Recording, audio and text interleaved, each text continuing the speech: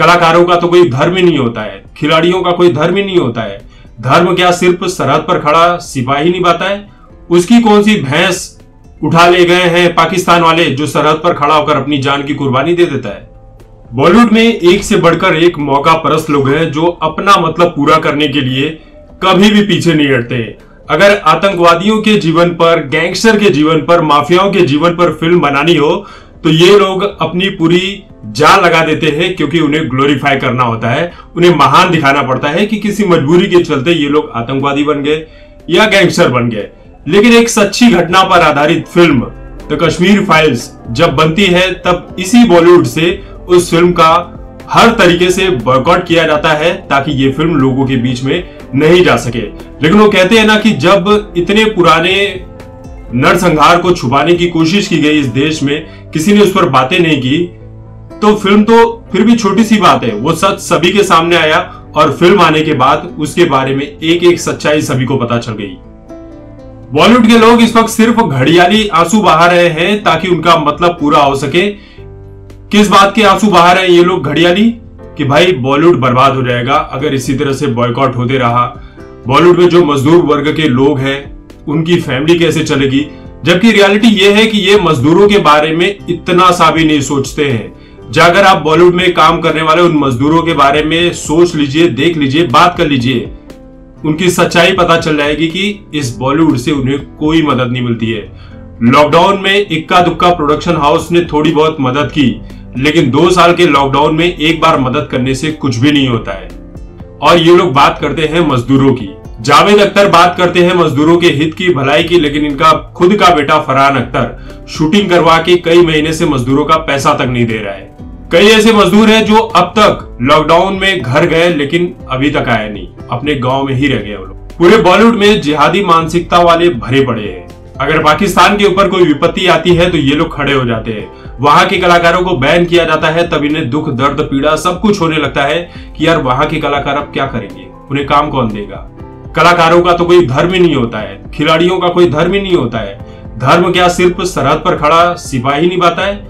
उसकी कौन सी भैंस उठा ले गए हैं पाकिस्तान वाले जो सरहद पर खड़ा होकर अपनी जान की कुर्बानी दे देता है। कश्मीर फाइल्स कश्मीरी पंडितों के नरसंहार के ऊपर है, जहां पर लाखों लोगों को अपना घर छोड़कर अलग अलग हिस्सों में इस देश के जाना पड़ा। उनके खेत खलियान लूट गए, उनके खेत और खलियान लूट लिए गए, उनकी औरतों के साथ गलत काम किए गए, दुष्कर्म किए गए।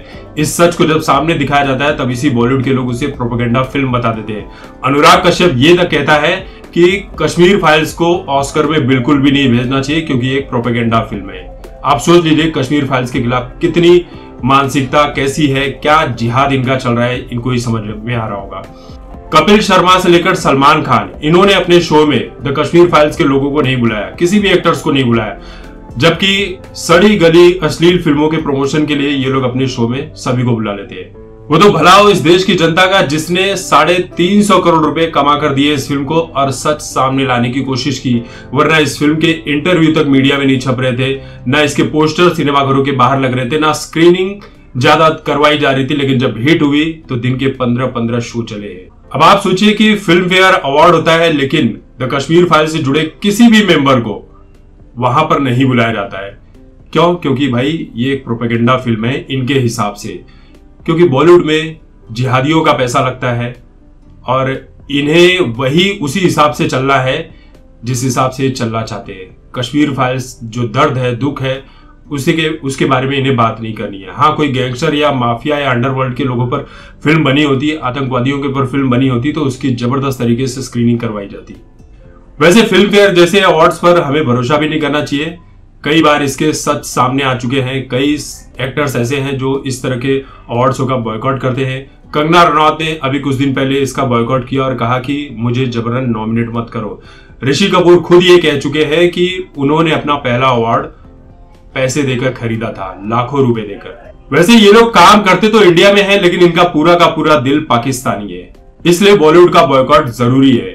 क्योंकि जब देश से कचरा साफ होगा तभी अच्छापन आएगा। बॉलीवुड से माफियाओं का साफ होना बहुत जरूरी है। ये इनकी छटपटाहट है, तिलमिलाहट है, झंझनाहट है, सब कुछ है, क्योंकि इनकी फिल्में बॉयकॉट हो रही है और ये बर्बाद हो रहे हैं। तो ये है सच। द कश्मीर फाइल्स के टीम के लोगों को ना बुलाने का। वैसे विवेक अग्निहोत्री ने यह भी कह दिया कि अगर वो बुलाते तो भी नहीं जाता।